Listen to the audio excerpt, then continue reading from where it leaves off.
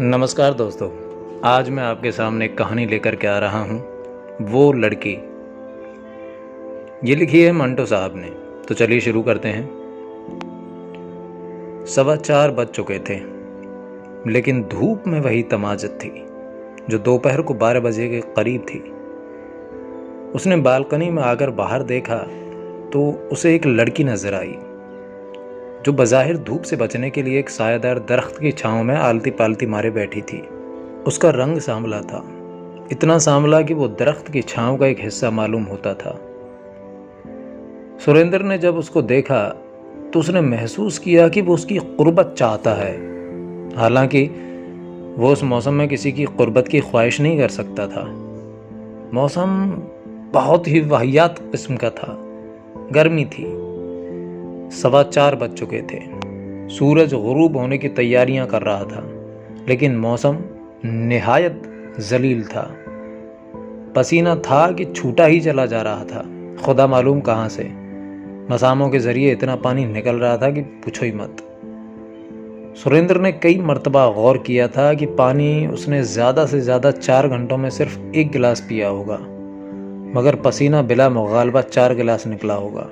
आखिर इतना पानी आया कहाँ से? जब उसने उस लड़की को दरख्त की छांव में आलती पालती मारे देखा तो उसने सोचा कि दुनिया में सबसे खुश बस यही है जिसे धूप की परवाह है ना मौसम की। सुरेंद्र पसीने में लथपथ था। उसकी बनियान उसके जिस्म के साथ बुरी तरह चिमटी हुई थी। वो कुछ इस तरह महसूस कर रहा था जैसे उसके बदन पर किसी ने मोबिल ऑयल मल दिया है। लेकिन इसके बावजूद जब उसने दरख्त की छांव में बैठी हुई लड़की को देखा तो उसके जिस्म में वो ख्वाहिश पैदा हुई कि वो उसके पसीने के साथ घुल मिल जाए, उसके मसामों के अंदर दाखिल हो जाए। आसमान खाकिस्तारी था। कोई भी वसूख से नहीं कह सकता था कि बादल है या महज गर्दो गुबार। बहरहाल इस गर्दो गुबार या बादलों के बावजूद धूप की झलक मौजूद थी और वो लड़की बड़े इत्मीनान से पीपल की छांव में बैठी सुस्ता रही थी। सुरेंद्र ने अब की गौर से उसकी तरफ देखा। उसका रंग गहरा सांवला था, मगर नक्श बहुत तीखे थे, इस कदर तीखे कि वो सुरेंद्र की आंखों में कई मर्तबा चुभे। वो मजदूर पेशा लड़की मालूम होती थी। ये भी मुमकिन था कि भिखारिन हो, लेकिन सुरेंद्र इसके मुताल्लिक कोई फैसला नहीं कर सका। असल में वो ये फैसला कर रहा था कि आया उसे उस लड़की को इशारा करना चाहिए या नहीं। घर में वो बिल्कुल अकेला था। उसकी बहन मरी में थी, माँ भी बहन के साथ थी। बाप मर चुका था। एक भाई था, उससे छोटा, वो बोर्डिंग में रहता था। सुरेंद्र की उम्र 27-28 साल के करीब थी। इससे कब्ल वो अपनी 2 अधेड़ उम्र की नौकरानियों से 2-3 मर्तबा सिलसिला लड़ा चुका था। मालूम नहीं क्यों, लेकिन मौसम की खराबी के बावजूद सुरेंद्र के दिल में एक ख्वाहिश पैदा हो रही थी कि वो पीपल की छांव में बैठी हुई लड़की के पास जाए या उसे ऊपर ही से इशारा करे कि वो उसके पास आ जाए और दोनों एक दूसरे के पसीने में गोते लगाएं और किसी नामालूम जजीरे में पहुंच जाएं। सुरेंद्र ने बालकनी के कटरे के पास खड़े होकर जोर से खंकारा, मगर लड़की मुतवज्जे न हुई। सुरेंद्र ने जब कई मर्तबा ऐसा किया और कोई नतीजा बरामद न हुआ तो उसने आवाज दी, अरे भाई, जरा इधर देखो। लड़की ने फिर भी उसकी तरफ नहीं देखा। वो अपनी पिंडली खुजलाती रही। सुरेंद्र को बहुत उलझन हुई। अगर लड़की के बजाय कोई कुत्ता होता तो वो यकीनन उसकी आवाज सुनकर उसकी तरफ देखता। अगर उसे उसकी आवाज नापसंद होती तो भौंकता, मगर उस लड़की ने जैसे उसकी आवाज सुनी ही नहीं थी, और अगर सुनी थी तो अनसुनी कर दी थी। सुरेंद्र दिल ही दिल में बहुत खफीफ हो रहा था। उसने बुलंद आवाज में लड़की को पुकारा, ए लड़की। लड़की ने फिर भी उसकी तरफ नहीं देखा। झुंझलाकर उसने अपना मलमल का कुर्ता पहना और नीचे उतर आया। जब वो उस लड़की के पास पहुंचा तो वो उसी तरह अपनी पिंडली खुजला रही थी। सुरेंद्र उसके पास खड़ा हो गया। लड़की ने एक नजर उसकी तरफ देखा और शलवार नीचे करके अपनी पिंडली ढांक ली। सुरेंद्र ने उससे पूछा, तुम यहाँ क्या कर रही हो? लड़की ने जवाब दिया, बैठी हूं। क्यों बैठी हो? लो, अब खड़ी हो गई। लड़की बोली। सुरेंद्र बौखला गया। इससे क्या होता है? सवाल तो यह है कि तुम इतनी देर से यहाँ बैठी कर क्या रही हो? लड़की का चेहरा और ज्यादा संभला हो गया। तुम चाहते क्या हो? सुरेंद्र ने थोड़ी देर अपने दिल को टटोला। मैं क्या चाहता हूँ? मैं कुछ नहीं चाहता। मैं तो घर पे अकेला हूँ। अगर तुम मेरे साथ चलो तो बड़ी मेहरबानी होगी।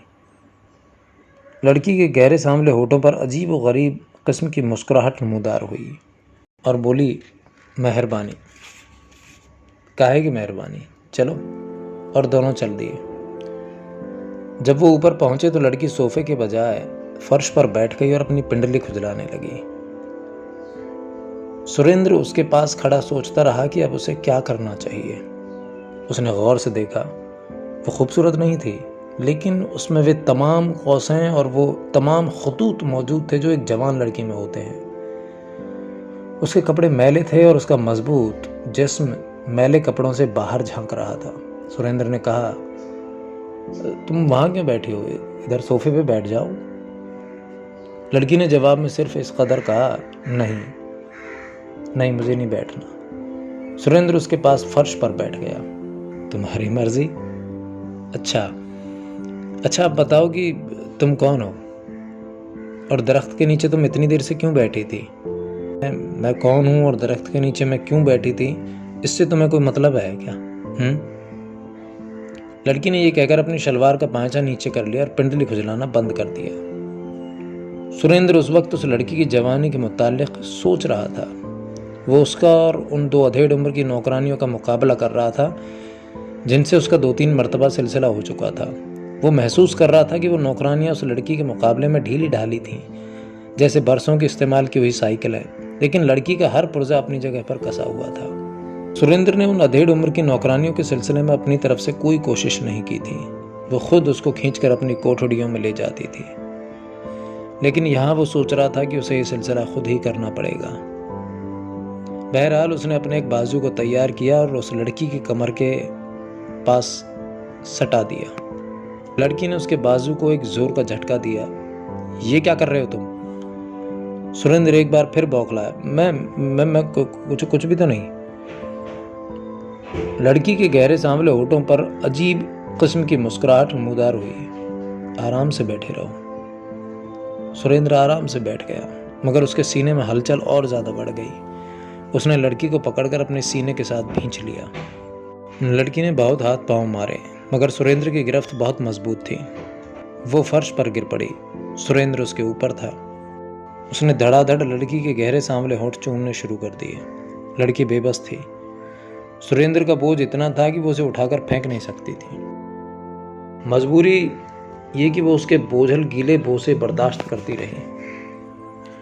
सुरेंद्र ने समझा कि वो राम हो गई है। उसने लड़की की कमीज के अंदर हाथ डाला। लड़की खामोश रही। उसने हाथ पांव चलाने बंद कर दिए थे। ऐसा मालूम होता था कि उसने मुदाफ़ात को अब फजूल समझ लिया है। सुरेंद्र को अब यकीन हो गया कि मैदान उसी के हाथ में है, और उसने जबरदस्ती छोड़ दी और लड़की से कहा, आओ पलंग पर लेटते हैं। लड़की उठी और 2 कदम चलकर पलंग पर लेट गई। सुरेंद्र भी लेट गया। पलंग के साथ ही तिपाई पर एक तश्तरी में चंद माल्टे और एक तेज छुरी पड़ी थी। लड़की ने एक माल्टा उठाया और सुरेंद्र से पूछा, मैं खा लूं? हाँ, एक नहीं, सब खा लो। सुरेंद्र ने छुरी उठाई और माल्टा छीलने लगा, मगर लड़की ने उससे दोनों चीजें छीन ली। मैं खुद छीलूंगी। उसने बड़ी नफासत से माल्टा छीला, छिलके उतारे, फांकों पर से सफ़ेद सफ़ेद झिल्ली हटाई, फांकें अलग अलग की। एक फांक सुरेंद्र को दी, दूसरी अपने मुंह में डाली और मज़ा लेते हुए पूछा, ये बताओ तुम्हारे पास पिस्तौल है? सुरेंद्र ने जवाब दिया, हाँ, लेकिन तुम क्यों पूछती हो? लड़की के गहरे सांवले होठों पर वही अजीबो गरीब मुस्कुराहट नमूदार हुई। मैंने ऐसे ही पूछा था।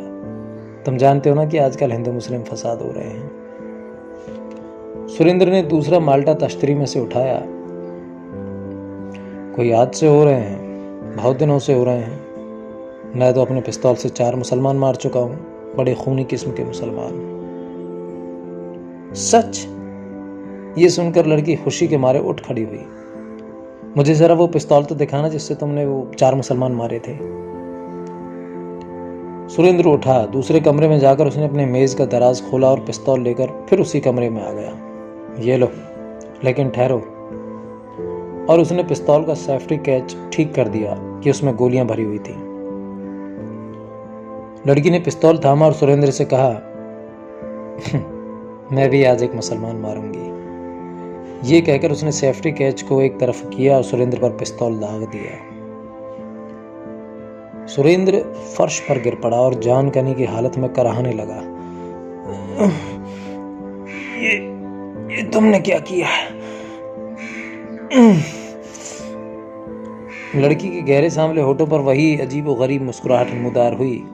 वो 4 मुसलमान जो तुमने मारे थे, उनमें मेरा बाप भी था।